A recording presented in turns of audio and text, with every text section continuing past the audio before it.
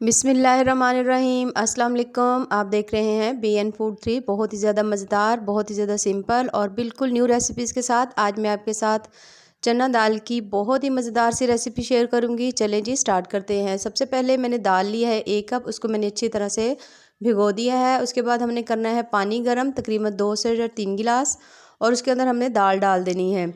दाल को मैं कुकर में नहीं पका रही, हम लोग बगैर कुकर के पका रहे हैं। और इसके अंदर ये जो है हमने खड़े मसाले डालने हैं, थोड़ा सा इसके अंदर ज़ीरा है, लौंग है, 2 दालचीनी है, इन तमाम को इसके अंदर हम डाल देंगे और इसको 30 मिनट के लिए कुक करेंगे।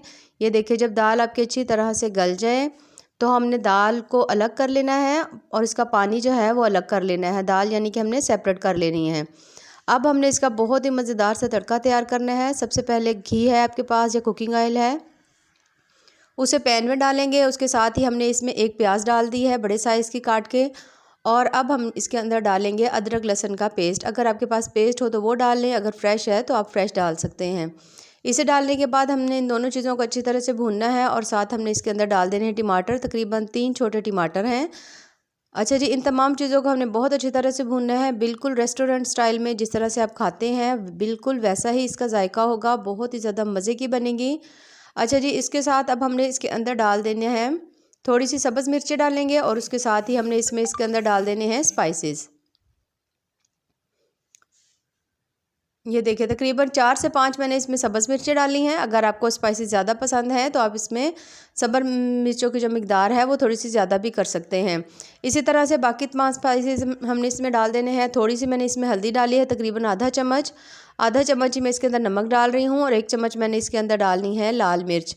इन तमाम चीज़ों को डालकर अब हमने अच्छी तरह से इसको भूनना है। जितना आप मसाला अच्छी तरह भूनेंगे आपकी दाल उतनी ही ज़्यादा मज़े की बनेगी।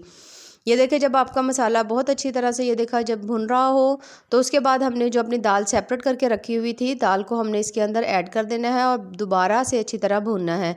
इस वक्त जो मसाला है वो तकरीबन 2 से 3 मिनट मैंने अच्छी तरह भून लिया है। जब बहुत अच्छी सी खुशबू आ रही है इसमें से, तो अब मैंने इसके अंदर जो दाल सेपरेट करके रखी हुई थी वो हम इसमें डाल देंगे। दाल का पानी नहीं डालेंगे क्योंकि अगर आप दाल का पानी डालेंगे तो आपकी दाल जो है वो अच्छी तरह से उसकी भुनाई नहीं होगी और उसका जायका जो है वो कच्चा कच्चा सा फील होगा, थोड़ी सी उसमें हल्की सी स्मेल वगैरह आएगी।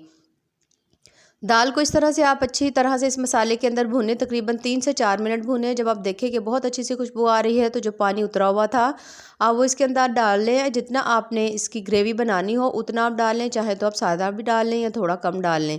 इसको इसके अंदर डालने के बाद अब हमने इसको 2 से 3 मिनट और अच्छी तरह से कुक करना है क्योंकि दाल तकरीबन पहले ही अच्छी खासी गली हुई थी, थोड़ी सी थी यानी कि तकरीबन 10% था कि हमने दाल थोड़ी सी और गलानी थी, 90% तक गली हुई थी। थोड़ा सा गरम मसाला डालेंगे, थोड़ी सी कसूरी मेथी डालेंगे और हमारी बहुत ही ज़्यादा मज़ेदार और टेस्टफुल सी हमारी जो दाल चना है बिल्कुल ढाबा स्टाइल में तैयार हो चुकी है। बहुत ही ज़्यादा टेस्टी बनी है और बहुत ही ज़्यादा मज़े की है। ये देखिए माशाल्लाह से कितनी ही ज़बरदस्त और टेस्टफुल सी हमारी ये जो दाल है वो बनी है। बिल्कुल इसी तरह से रेस्टोरेंट में इसी तरह से दाल जो है ये तैयार करते हैं। ये देखिए बहुत अच्छे से गली हुई है और बहुत ज़्यादा इसका जो मसाला है वो बहुत ही ज़्यादा टेस्टी सा बना है और बहुत ही ज़्यादा सिंपल वे में जल्दी बन गई है। बाकी रेसिपीज़ पसंद आए तो चैनल को ज़रूर लाइक करें, सब्सक्राइब करें।